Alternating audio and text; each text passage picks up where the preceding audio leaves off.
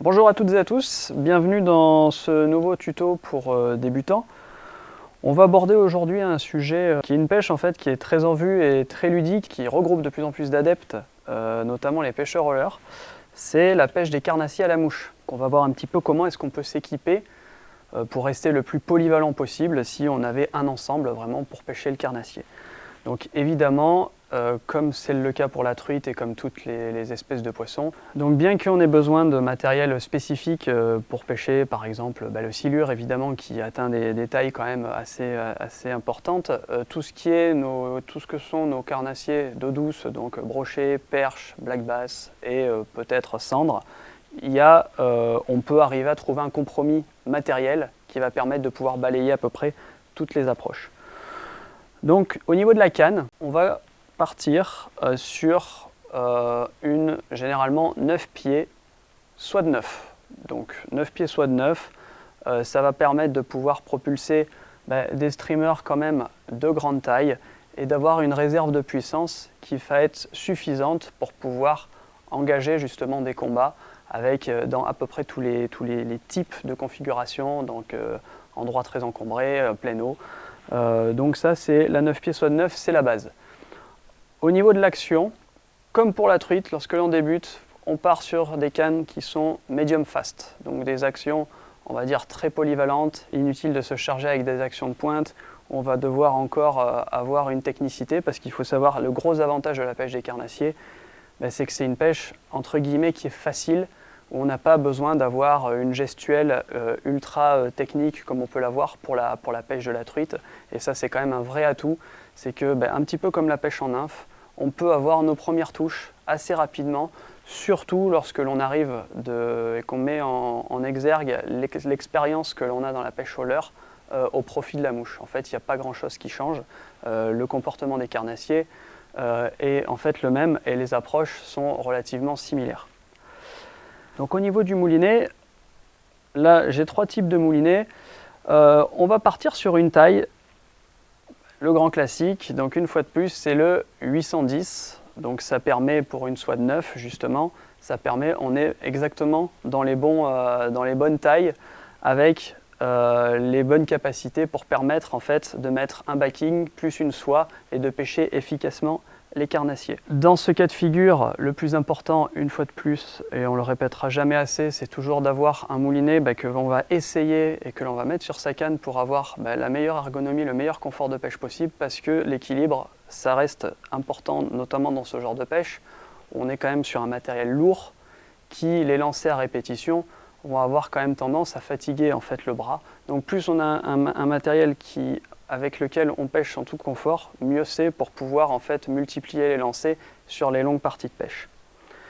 Ces moulinets vont être garnis de soie, donc WF, nous l'avions vu dans la truite, avec donc un profil qui va être décentré vers l'avant pour pouvoir charger en fait les cannes et permettre de pouvoir propulser efficacement et précisément des grands streamers. Donc en fait, la WF va vraiment être obligatoire pour ce type de pêche en privilégiant des fuseaux qui vont être très courts et très décentrés sur l'avant.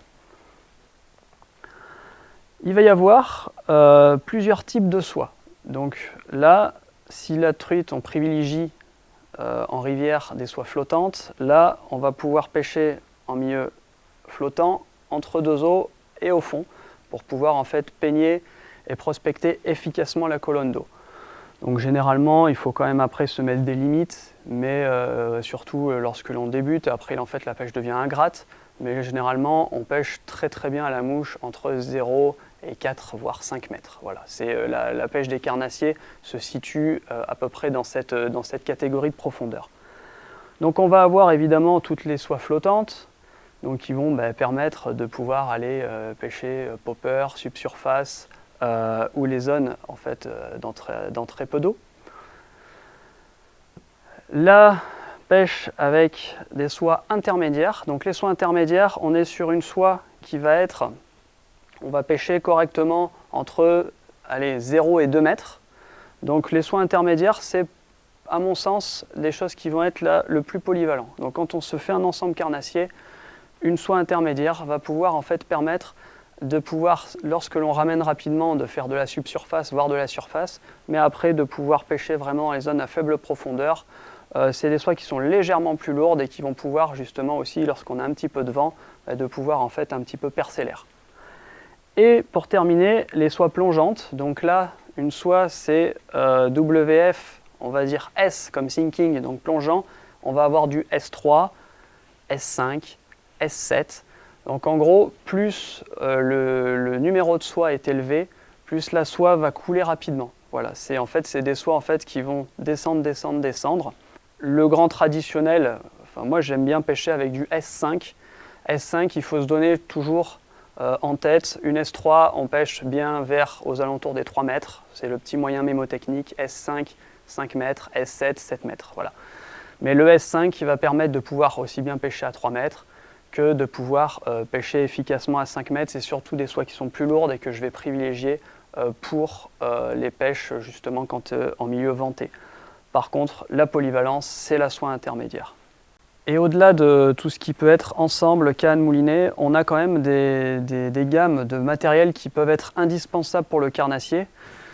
C'est le cas par exemple du panier. En fait, c'est tout bête, mais le panier de lancer, en fait, c'est tout simplement un panier que l'on va fixer au niveau de la taille et qui va en fait récupérer tout simplement la soie plutôt qu'elle traîne par terre, ou sur des soies plongeantes par exemple, la soie va couler et en fait ça va éviter tous les désagréments liés à ça, et tous ces picots et ce panier de lancer en fait va permettre une meilleure libération en fait de la soie lorsque l'on va shooter. Donc ça c'est vraiment un petit accessoire, c'est un accessoire indispensable. Voilà.